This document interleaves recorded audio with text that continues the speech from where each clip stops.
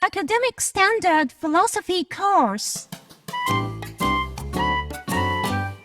Hi everyone!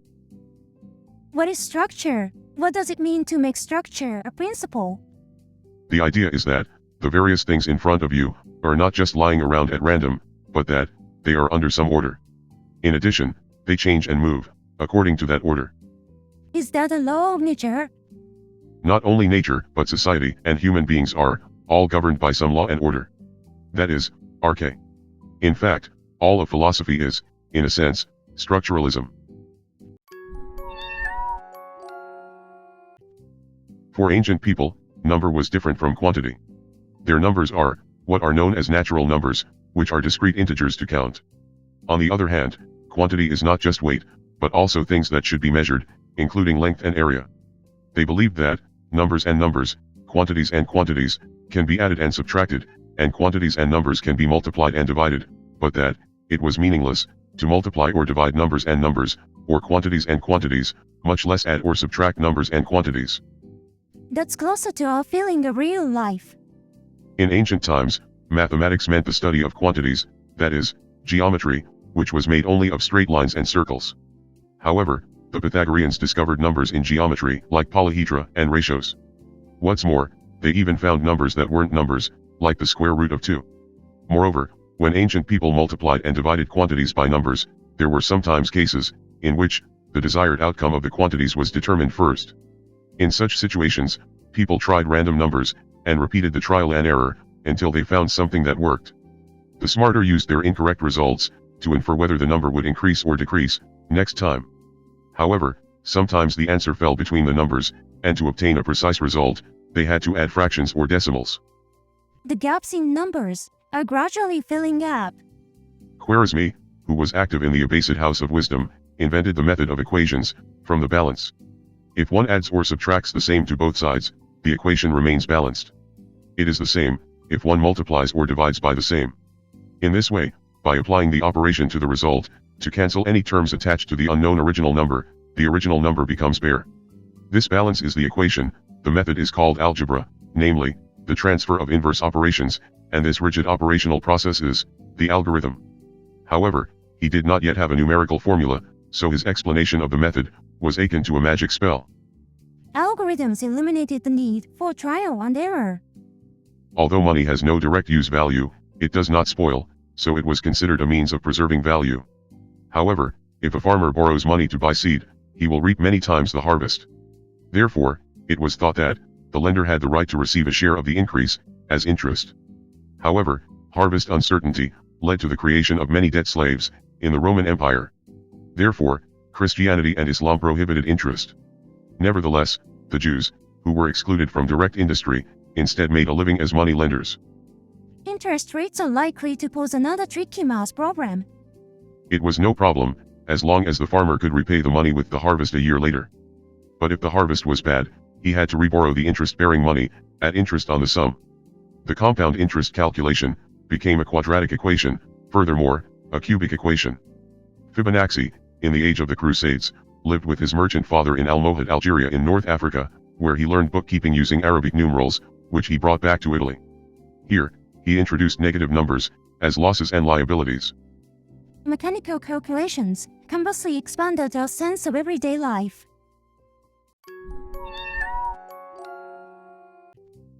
The Crusades led to the revival of commerce, but Christians were prohibited from charging interest as ever.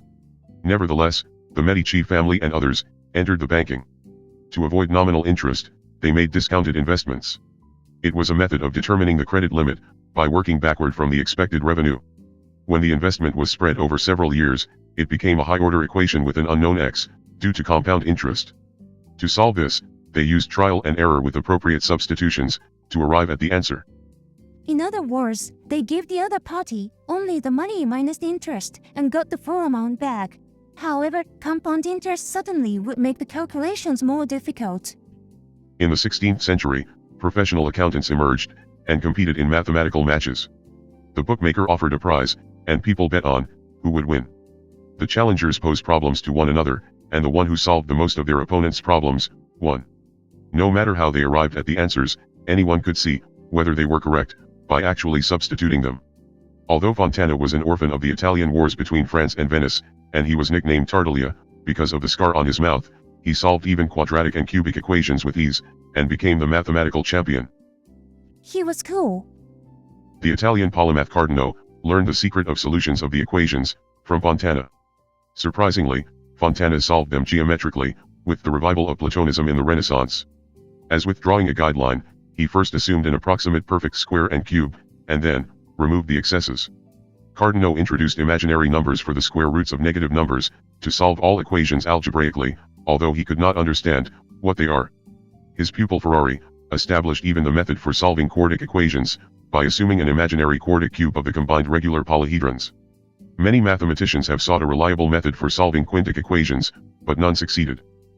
Imaginary geometric solution was like angiaxiology. The Reformation plunged France into the wars of religion.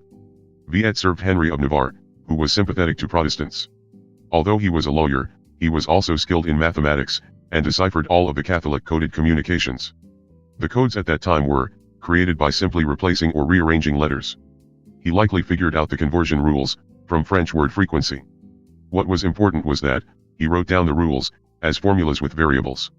Thus, algorithms were written down as symbolic equations. Character substitution and rearrangement are what we now call functions. With the number line including negative, Descartes invented algebraic geometry. But Newton adhered to a quantitative geometric worldview without negative numbers, and believed that the world was filled with some tiny particles. Here, he rather conceived of calculus as the integration and analysis of particles. Although Leibniz was also based on the particle theory, his particles' monads have no size, so they are, as they were, just the pure position in the space. Thus, he developed calculus, with algebraic expressions. Calculus significantly transformed physics into mathematical sciences. In particular, during the 18th century, when international wars continued, calculus became essential in artillery. Thus, geometry became algebraic and dynamic at last. On the other hand, Newtonian particle theory led Boyle and Lavoisier to the study of atoms and molecules as the letters of matter. Eventually, Lavoisier realized that chemical changes follow equations that conserve mass, and that, no matter how many materials combine, new elements such as gold are never created. But he was executed as a royal collaborator in the revolution. His friend Lagrange was also in danger due to his proximity to the monarchy, but he narrowly escaped by taking refuge. After that, he became a professor of physics at the École Polytechnique, and re-examined the methods of Fontana, Cardano, and Ferrari for solving quadratic, cubic, and quartic equations. They used auxiliary geometric figures, such as perfect squares and cubes. Lagrange transformed them into algebraic resolvents, which consist of the coefficients of the equations. They had an algebraic worldview.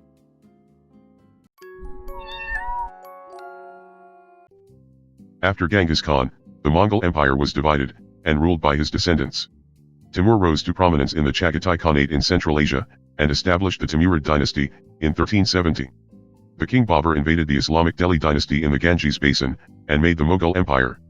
At the same time, South India was divided into several Hindu kingdoms. Da Gama reached South India in 1498, where even the little Kozhikode kingdom was far more prosperous than Portugal. Portugal sent warships again, expelled Muslim merchants, and forcibly began trading with South Indian countries. Europeans had to go around the African continent because they were defeated in the Crusades, but they could not invade India as easily as the new continent. Islamic forces from the north threatened South India, but by repelling them, the Hindu Aravida dynasty unified it in 1570. On the other hand, in 1580, Portugal was absorbed into Habsburg Spain. The Netherlands and Britain, in conflict with Catholic Spain, had to secure access to Asian spices independently, and respectively established the East India Companies in Indonesia. France followed them, expanding into mainland Southeast Asia, and coming into fierce conflict with the Netherlands and Britain. Britain received permission from the Aravida dynasty to establish a base in Madras, on the east coast of South India. It also acquired Bombay on the west coast, through the marriage to a Portuguese princess. However, the Aravida dynasty declined due to internal conflicts, and in the mid-17th century, South India also came under the northern Islamic Mughal Empire.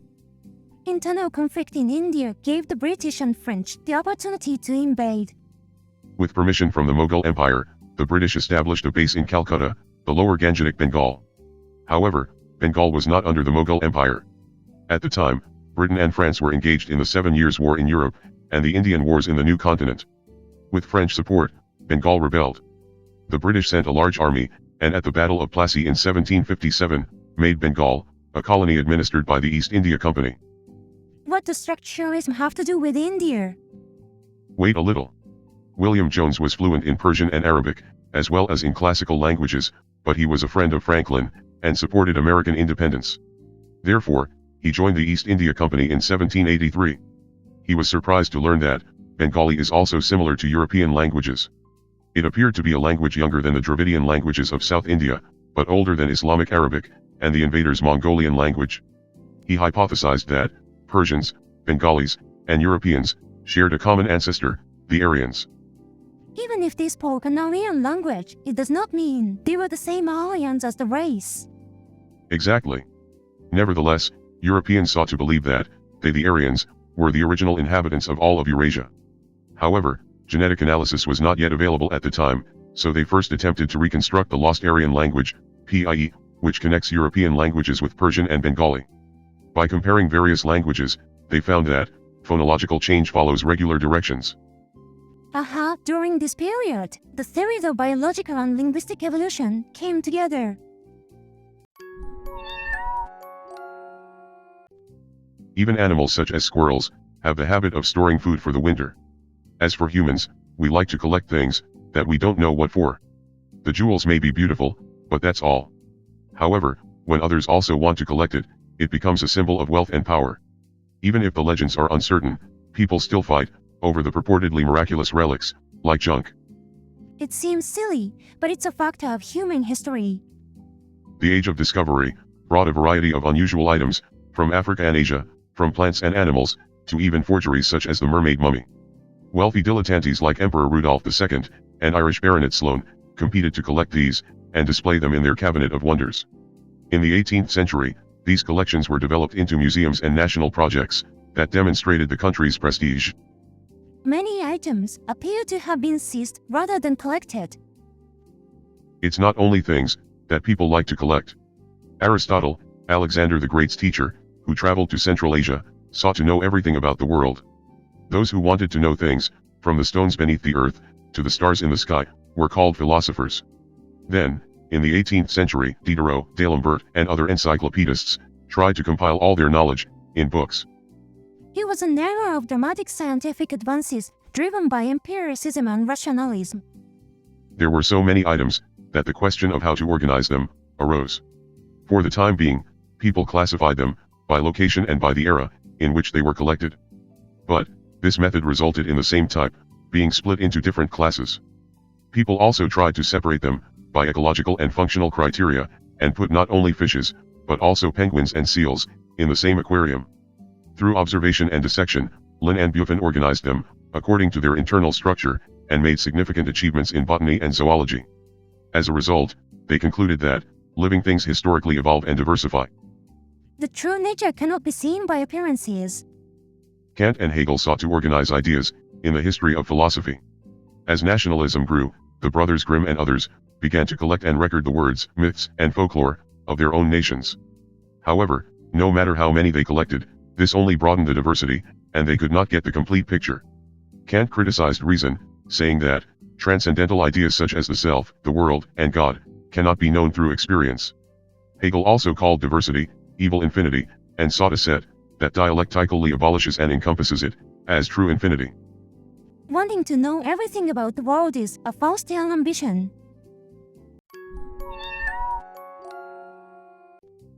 During the Revolution and the Napoleonic Wars, Gauss devoted himself to mathematics, with a pension from the Duke of Braunschweig, Germany, and he was later called the King of Mathematics. Perhaps because he was originally a bricklayer's son, geometry and algebra were identical for him, and numbers sometimes represented static position, and sometimes the quantity of dynamic operation. He also began to doubt the fifth axiom of parallel in Euclidean geometry. Even if we change it, we would be able to get other geometries, such as on a sphere like the Earth. The idea was to separate conventional axioms from absolute principles. Furthermore, this reorganized the hierarchy of mathematical descriptions. Theorems are laws deductively demonstrated from axioms, and formulas are theorems expressed with equations. Equations indicate an equal relationship between things represented by symbols, and the left and right sides are mathematically interchangeable. With Gauss, the system of mathematics began to take shape. Gauss's epoch-making discovery was the fundamental theorem of algebra, which states that the solves of any higher-order equations are also within the complex numbers. Because even a higher-order equation is just a product of terms, the unknown x minus the solves, a linear expression of complex numbers. Therefore, no matter how many times we multiply them, we only get another complex number again. This meant that we do not need any new extensions of numbers to solve even higher-order equations. In addition, he introduced the complex plane with an imaginary vertical axis, and noticed that the solves of the powered x minus 1 are always on the same circle, and that each time they are multiplied by another solve, the operation just rotates them to the next solve. He dropped infinite algebra in complex numbers on the circle. Following Napoleon's fall, several professors at the École Polytechnique were dismissed. The conservative Catholic Cauchy was instead appointed the professor of mathematics. He proved that, even if rearranging n elements of numbers, the variations of rational expressions that can be created by using arithmetic operations are at most 1 or 2, or more than the largest prime number of n. Because rearranging the elements usually does not affect the result, and even if some rearrangements show partially different results, they cancel out with each other, or merely shift the result to that of another term. After all, Even if we tinker with a limited variation of numbers, we can't create anything particularly new. applying Cauchy's theorem to the algebraic resolvent, that Lagrange transformed from auxiliary perfect geometrical figures, a young Norwegian Abel proved by contradiction in 1824, that there is no general formula for the solution of quintic equations. If a quintic equation is solvable, the solutions should be expressed by the sum of the constant and 1/5, 2/5, 3/5, 4/5, and 5/5 roots of some resolvent with respective coefficients. Inversely, the fifth root of the resolvent should be expressed as 1/5 of the sum of the original 5 solves with the fifth, fourth, third, second, and first power of the same coefficient. The right hand generates 120 variations, depending on which of the 5 solves is assigned a coefficient of what order. However, the left hand, the fifth root of the resolvent, can only have 5 variations. This is a contradiction. Similarly, even if we try to derive a general formula for an equation of degree 6 or higher by lowering the degree, we have to go through a quintic equation. Therefore, there is no general formula to solve 5 and the higher order equations. However, no one could understand his paper, and Abel died of illness at a young age, without any honor. I rather understand those who didn't understand this. Independent of Abel, the genius Boygalawa solved this problem in an innovative way. He also investigated Lagrange's auxiliary resolvents. It must be made up of the coefficients of the original equation. In turn, these coefficients should be able to be algebraically expressed by the solves of the equation. Originally, resolvents were made as simple algebraic powers, derived from perfect geometric squares, cubes, and so on. Therefore, even if the solves are permanent, when the resolvent remains the same, then the equations are easily solved. Even if not, when the number of the permutation variations is prime, the equations are solvable. It is an application of Gauss's cyclotomic equation. However, when it is still not, we must consider the 2 floors above, namely the set of permutations of solves. No matter how many permutations of the set are performed, they are after all reduced to one of the permutations of the set again. This closed nature is called a group. The group may have a subgroup. If we apply one of the remaining permutations before each of the permutations in the subgroup, we can create a left coset, and if we apply it after it, we can create a right coset. Sometimes, the right and the left cosets coincide for all remaining permutations. Then the original subgroup is called normal, and it and its cosets form the group on the next higher floor. Roughly speaking, all permutations of a coset applied to all permutations of another coset can be reduced to the permutations of either coset. In this case, although we climb up to the 4th floor, we are still trapped inside. Not, if the number of cosets is prime, that means the original equation is solvable. If yet not, we may dig the smaller normal subgroup again and again, till the number of the cosets becomes prime.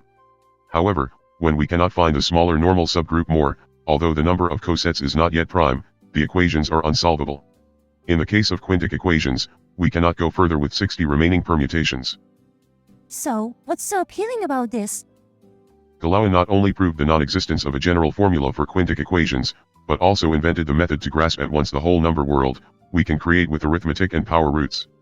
The idea of group is valid not only for algebraic numbers, but also for transcendental numbers, such as pi and logarithms, and even for structural analysis from society to gene.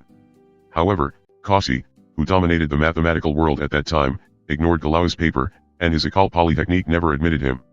The Restoration monarchy was overthrown in the July Revolution of 1830, but its successor Louis Philippe, the king of stockbroker, had no regard for the common people. Galois was also imprisoned, and after his release, he was killed under suspicious circumstances.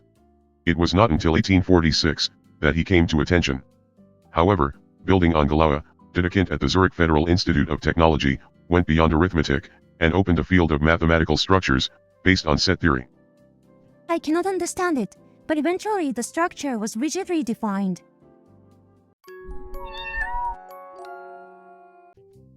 Collecting German words, the brothers Grimm empirically realized the laws of phonological change, from Latin to German to English. At the time, Germany was still divided into small territories, and the rise of nationalism after the Napoleonic Wars needed a unified state. Savigny, who succeeded Fichte as rector of Berlin University, as a Romanist believed that a modern state should be founded on the balanced Roman law, as Kant emphasized reason.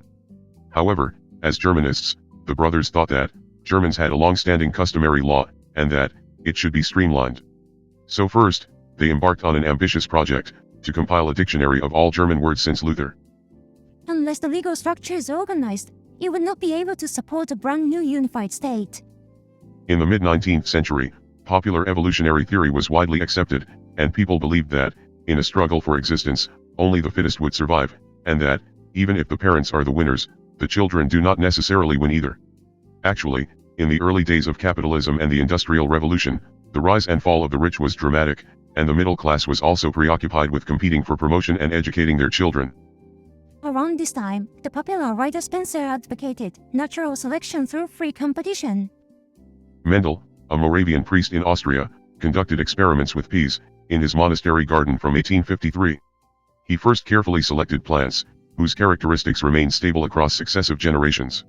In this way, he confirmed the inheritance of traits.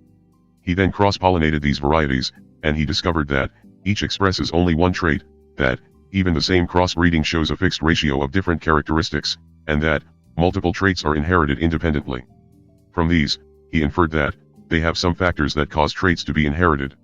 In 1865, he presented this idea at a scientific conference, but no one understood its mathematical structure. At that time, botany and zoology were not yet sciences, but mere recording and classifying. The brothers Grimm were invited to Prussia to become professors at Berlin University, and their German dictionary finally began to be published. The study of Slavic languages, which is adjacent to Germanic within the Proto-Indo-European language family, also developed. These studies also enabled an understanding of the historical evolution of languages. In particular, after the brothers Grimm, the Neo-Grammarians at Leipzig University closely studied phonological change. However, two theories of how modern linguistic diversity emerged, the lineage theory and the ripple theory. The former thought that the proto-language diversified through the differentiation into dialects, while the latter considered small changes incorporated into the language to have a general effect. The two theories may appear compatible, but the former rests on the expansion of a single Aryan nation, whereas the latter inversely posits cultural convergence among distinct ethnic nations. Just like the conflict between Romanists and Germanists, it becomes troublesome when politics becomes entangled in academia.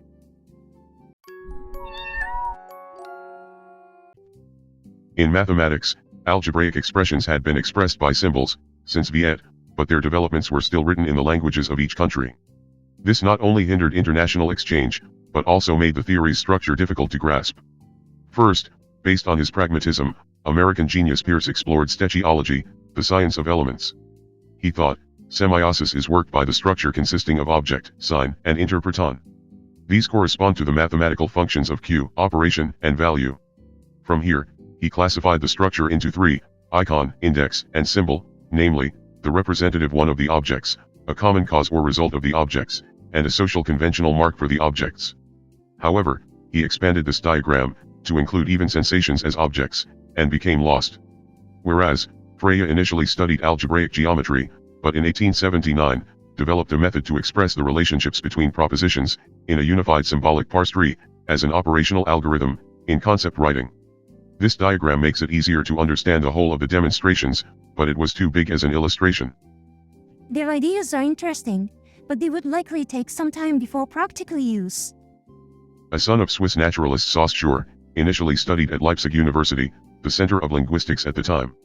However, the neo-grammarians' focus on rigorous empirical analysis led them to emphasize the historical tracing of pronunciations, losing sight of language as a structure. In 1891, Saussure became a professor at Geneva University, where he distinguished synchronic linguistics from diachronic one, and studied language as a static system that transcends individual speech, parole. As a means of communication between man and man, he dared to omit objects, and reduced langue to a system of signs, the combination of mark and idea. Here, marks are merely a means of distinguishing ideas, so they are only made arbitrarily, for the needs of life. The classification of signs may be subdivided, according to the needs of life. However, different lives produce quite different sign systems. So, marks cannot be translated into the ideas of other cultures' sign systems, as long as a sign is a combination of mark and idea. So, he did not publish this half-baked research. Saussure was more pragmatic than Peirce, James, and Dewey. On the other hand, the mathematician Peano at Torino University felt the need for an internationally common mathematical language, reorganized the semiotics of Peirce and Freya, and established the modern linear notation of logic, based on set theory. Est means, the element belongs to a set, while contain expresses that, set A is a part of set B, which strictly distinguishes the hierarchy of elements and sets. In union and meet allowed symbolic computations on sets. These symbols could be negated, by adding just a vertical bar. When written explanations were necessary, he advocated the use of artificial Latin without flexions. He not only changed the notation, but also took mathematics to the study of set theoretic structures. At that time, not only Poles but also Germans, Russians, and Jews lived in Poland, and language differences caused ethnic conflict.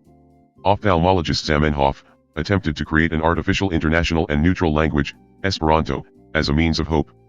He too was based on Latin, but omitted its flexions, and used prepositions except for the subject and direct object. He carefully selected vocabulary that was as common as possible across languages, and then sought to expand the range of expression by using suffixes and prefixes. He also standardized word endings according to grammatical categories. However, Esperanto was ultimately familiar only to European languages derived from Latin, and did not become popular worldwide. In the end, Esperanto was no match for the English of the UK and the following US, which conquered the world through force.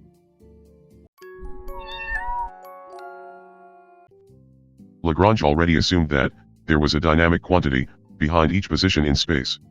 To calculate this, Hamilton, an Irish astronomer, invented quaternions, which have three independent imaginary numbers, and enabled the algebraic calculation. Actually, the physicist Gibbs at Yale University needed a fourth-dimensional vector to understand thermodynamics in three-dimensional space, geometrically. Mathematically, a vector means a carrier, and is defined by an ordered tuplet, like a pair, triple, or quadruple. However, no matter how many elements it has, it can be calculated algebraically. Then, the multiple vectors exist in a world beyond our three-dimensional space. It meant that we can create any higher dimensional spaces mathematically. Yes.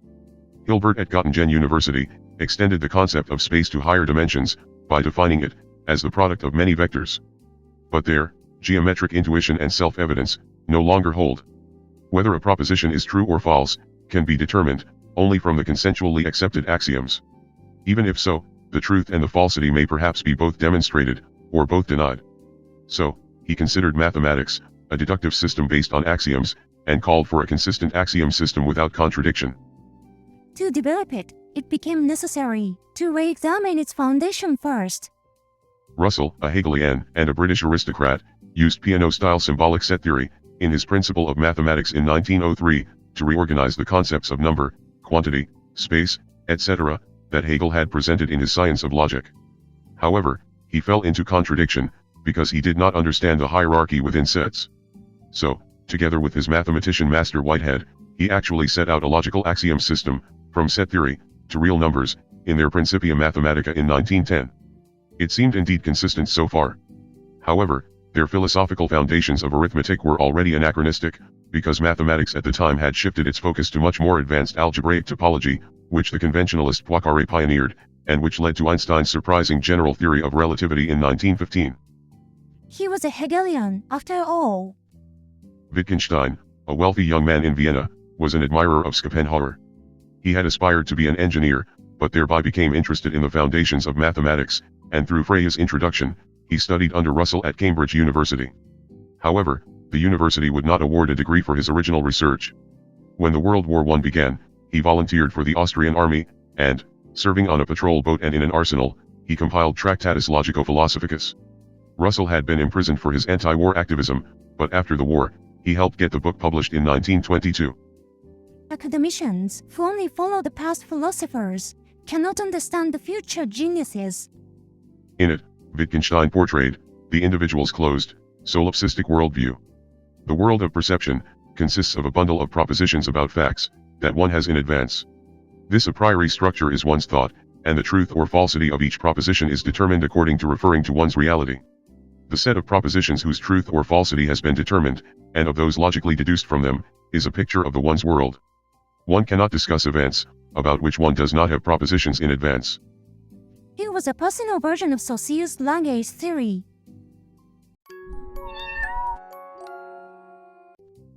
In revolutionary Russia, Shklovsky and his associates advocated formalism.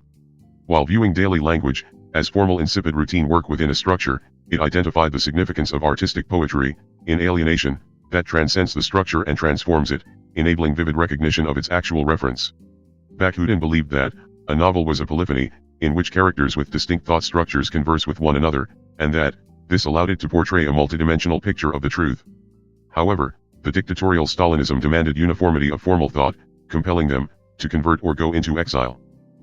The name formalism is misleading. They were actually trying to go beyond it. The philosopher of natural science, Schlick at Vienna University and his associates, the Vienna Circle, studied Russell's foundations of mathematics, and became enthusiastic about Wittgenstein's brand new scientific propositional world mapping. It seemed to lead to a unified science, including even the empirical descriptive natural history, with scientifically proven propositions, as logical positivism. However, in Chapter 6 of his Tractatus, Wittgenstein presented the explosive law, that any proposition can be deduced from a contradiction, and from this, he argued for the limits of philosophy, as Kant did. Therefore, they sought to construct a scientific proposition system that never contains contradictions. Wittgenstein was skeptical of the project, and refused to get involved with them. Wittgenstein's focus was to clarify the logical structure of worldviews, and he would be displeased to see it used to graft empirical science onto Russell's artificial axiomatism. Matthäus at Charles University in Prague was also dissatisfied with the Neo-Grammarian's historical description of pronunciation, which lacked a perspective on the linguistic whole structure. Coincidentally, Jakobson fled Moscow for Prague to escape the chaos of the Russian Revolution. As the Prague Circle, they and their associates studied Saussure's synchronic system of langue. However, since Saussure viewed langue as a system for classification and communication, they developed their own functionalism, which views language as a means of classification and communication, and even emphasizes the dynamic evolution of language to fit the change in the need for life. Saussure's structure began to self-destruct. Gödel, a mathematics student at Vienna University, proved the completeness without contradiction on predicate logic, only with the direct element quantifiers, in 1929. However, he also found that the completeness of the higher predicate logic of quantified propositions, namely, the containment of sets of predicate logic, can neither be proved nor disproved, in 1931. In short, a theoretical system, propositions of propositions, contains the propositions that cannot be judged either true or false. This incompleteness theorem dealt a fatal blow to Russell's foundations of mathematics. The student undermined the foundations of the Vienna Circle's logical positivism.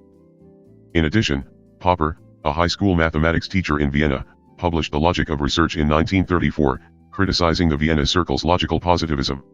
He pointed out the limitations of induction from experience, and he argued that the criterion that distinguishes science from pseudosciences, rather falsifiability, the scientific propositions should always be able to be disproved by experiment or observation.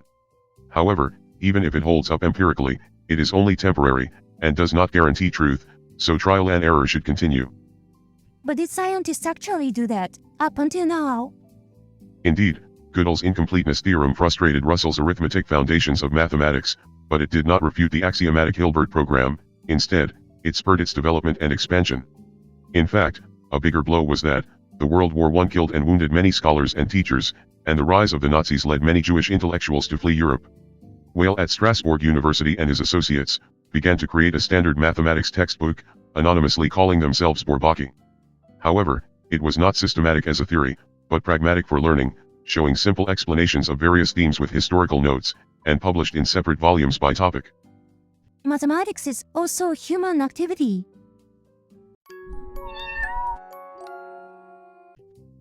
Wittgenstein was a primary school teacher in a small mountain village in Austria, but in 1929, Cambridge University finally awarded him a degree for his Tractatus, and made him a fellow, where he interacted with Keynes and others. However, his experiences during this period led him to reject the a priori structure of bundles of propositions as a worldview in his original Tractatus, and to convert to pragmatism. In 1939, he became a professor at Cambridge, where he continued to write down fragmentary ideas. For him, language is no longer propositions, but a practical means of human communication, without distinction in the structure. Even if a problem arises in this language game, its solution is also another language game of newly formulating rules. It is a typical philosopher's mistake to think that there must have been an a priori rule book in advance. This was the same idea as Russian formalism and the Prague Circle, which went beyond the Saussurian static structure. Austin was just a fellow in classics at Oxford University, but when the World War II began, he served as a lieutenant colonel in British intelligence, commanding 500 men, analyzing the war situation, and leading Britain to victory. After the war, he became a professor at Oxford. Wittgenstein at Cambridge died in 1951, and his students compiled his fragmentary writings, and published them, as philosophical investigations, finally in 1953. Austin had a similar idea from before, and examined it, along with his associates. Austin was invited to teach the course, named after the pragmatist James, at Harvard University in the US, from 1954 to 55, where he formed a friendship with the genius Chomsky, a junior fellow and a fierce anarchist. Genius attracts genius. In 1955, Austin published his Harvard Lectures, in How to Do Things with Words. According to it, statements such as propositions are rather unusual in actual language use. In most cases, words are interpersonal actions, so they are not true or false, but regular on or off the rule, and success or failure. The speech act may be analyzed by the content, mind, and aim, as locutionary, illocutionary, and perlocutionary. However, this is not a classification of the usage of words. For example, do you have salt, is directly a locutionary question, but it is simultaneously the illocutionary expression, I want salt, and furthermore, perlocutionary his order, bring me salt. This is a new practical grammar for conversation. Chomsky also rejected Saussure's theory of distinctive utterance selection, within an a priori linguistic structure, and advocated generative grammar, in the logical structure of linguistic theory in 1955. He hypothesized that, all humans are born with an innate capacity for linguistic ability, to express their own arguments, the universal grammar. Once infants have mastered the phonemes and syntax of their native language, they use these, to construct words and sentences. Furthermore, they become able to analyze and articulate their arguments, according to the rules of syntax, thereby expressing themselves freely. In the following syntactic structures in 1957, he mathematically demonstrated the operation of this articulation. Although the syntax rules differ from language to language, the syntax of any language is in fact finite and simple, and each speech is made up of multiple applications of these articulating operations. So, does this mean that each time a speech is created, it branches out like an evolutionary tree? If so, then if we trace a speech back to the original abstract argument and allow it to evolve differently, we can mechanically translate from any language to any other.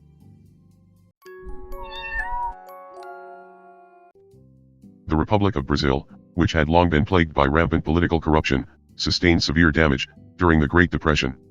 As a result, through a military coup in 1930, Vargas suppressed the old forces and the communists, and established a dictatorial regime, with the new bourgeoisie on his side.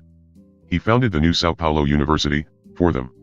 In 1934, Lévi-Strauss, a young high school teacher in France, went there, as a professor of sociology. He researched the indigenous peoples of Brazil, and developed an interest in folklore. When the World War II began, he was drafted and fought on the Western Front, but France was soon defeated, and being Jewish, he fled the Nazi occupation quickly. That was close. Lévi-Strauss came to New York in 1941, where the Jewish Jacobson and Whale were also taking refuge, and they became friends. Inspired by the functionalism of Jacobson of the Prague Linguistic Circle, and by the mathematical group theory of Whale, who compiled mathematics textbooks, as a member of the Bourbaki group, he analyzed kinship relationships, logically. In 1948, he returned to France, and earned his degree in the elementary structures of kinship, which showed that, no matter how complex a kinship may seem, it can be analyzed with finite rules for its operations, mathematically. It was the beginning of structuralism. By the way, Saussure's half-baked general linguistics, which sought to elucidate the structure common to all languages, existed only in lecture notes, and was narrowly compiled by his students after his death, and published in 1916. However, the limitations of the static structures had already been pointed out, not only in the Prague linguistic circle led by Jacobson, but also in France. Nevertheless, psychiatrist Lacan began to analyze Freud's theory of the unconscious, using Saussure's matrix of differences, and he envisioned a grand outre, as the mirror image of all people, supporting the matrix. The popular writer Barthes was also influenced by Saussure, and criticized everything, from contemporary culture and customs, to products and films, through analogies that boldly applied the Saussurian matrix of classification. Foucault, a young French teacher sent to Sweden, argued that the insane were defined in contrast to reason, in Madness and Civilization, in 1961. These were completely different from Levi-Strauss's structuralism. Hansen was a classic trumpeter in New York, but the World War II made him a fighter pilot. After the war, he earned a degree on a veteran's scholarship, and studied in Britain. Upon returning to the US in 1957, he helped the found of the Department of History and Philosophy of Science, at Indiana University. There, he published The Patterns of Discovery, in 1958. According to him, even when observing the same thing, what they see is different between laypersons and professional researchers, due to the theory-latedness. Researchers also infer causes from results that they believed they had observed. Here, observations are naturally consistent with the theory, therefore, any observed facts do not prove the theory. Those under the geocentric theory were convinced of it by observing that the stars were moving, but that was a tautology. As Schopenhauer and Ali Wittgenstein feared, we are trapped in our own worldviews, or thought structure. Kuhn, the historian of science at UC Berkeley, also raised concerns about the structural closure of science, in The Structure of Scientific Revolution, in 1962. Normal science is in fact, just puzzle solving and textbook editing, that follows that paradigm. Even when rare anomalies occur, scientists somehow manage to accommodate them, within the framework. However, when anomalies often recur, scientists experience a crisis, and begin to consider revising the paradigm. Here, in extraordinary science, a new paradigm is sought, and when it gets the consensus of most scientists, then, a paradigm shift, a scientific revolution occurs. The earlier science and the later science, rely on different framework structures, so even if the elements are the same, they cannot be interpreted. Science is also a very social activity.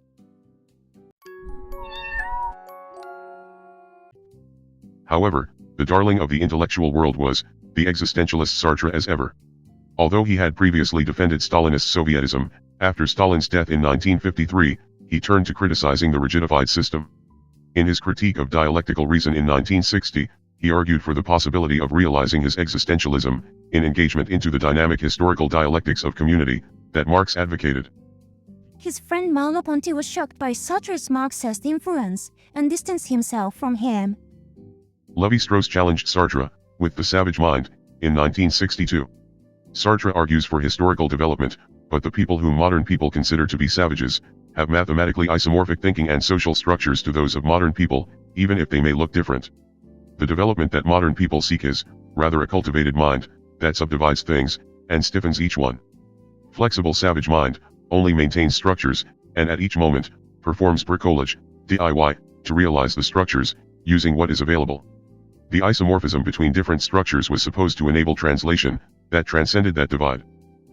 France lost Vietnam in 1956, and it also had a war in Algeria. In addition, 1960 was the year of Africa, during which many French colonies gained independence.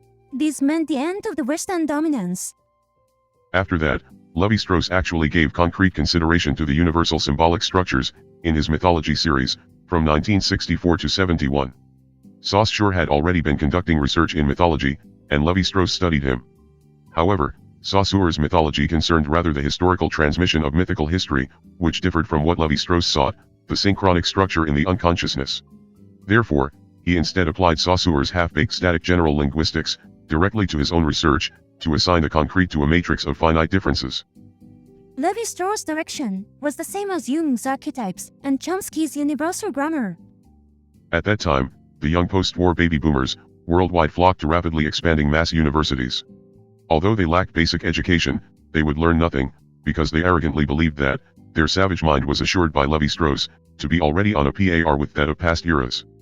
They also rejected the authoritative traditional culture, represented by Sartre. In opposition to that, they dared to like gaudy psychedelic subcultures, and jumped on the bandwagon of frivolous criticism of civilization. They were rather proud of being savage. After Stalin's death, the Soviet Union turned to reconciliation with the West, which led to the Sino-Soviet split. Having lost Soviet support, Mao pursued ambitious advances in agriculture, industry, and nuclear development, through the Great Leap Forward, to compete independently with the West. But China descended into social chaos, and a severe famine, around 1960. Some tried to achieve stability, by introducing a market economy. To regain power, Mao incited the dissatisfied young baby boomers, and started the Cultural Revolution, in 1966. With the slogan, "To rebel is justified," they violently destroyed, not only those unenthusiastic about communism, but also all authority. They were worse than locusts. The fire also leaped to France. The young baby boomers, who rejected the authority of universities and bureaucrats, occupied Paris, in May 1968, and workers across the country followed them, launching general strikes. However, on the night of the end of the month, President de Gaulle and hundreds of thousands of ordinary citizens marched down the Champs-Élysées, breaking up the general strike. The following month, de Gaulle's supporters won a landslide victory in the elections. Stupid students were in fact just a noisy minority. The baby boomer student movement became radicalized in Germany, the US, and Japan, but it never gained support from the general public. China also lost control of them, and dispersed and exiled them to remote areas, barely putting an end to the rebellion. However, some of them became international terrorists, as the Red Armies. Pol Pot and his gang the Khmer Rouge, occupied Cambodia, brainwashed the kidnapped boys and girls, into becoming soldiers, and massacred, not only intellectuals but also doctors, teachers, and even people who just wore glasses, plunging the country into a barbaric state. Was that the result of anti-intellectual savage mind? Nevertheless, remnants of vulgar structuralism, which rejected the traditions and authorities, remained popular, in France, Germany, the US, and Japan. Instead of baby boomers, it was supported by young people from the newly emerging post-war middle class, who lacked education and history. They no longer had any policy.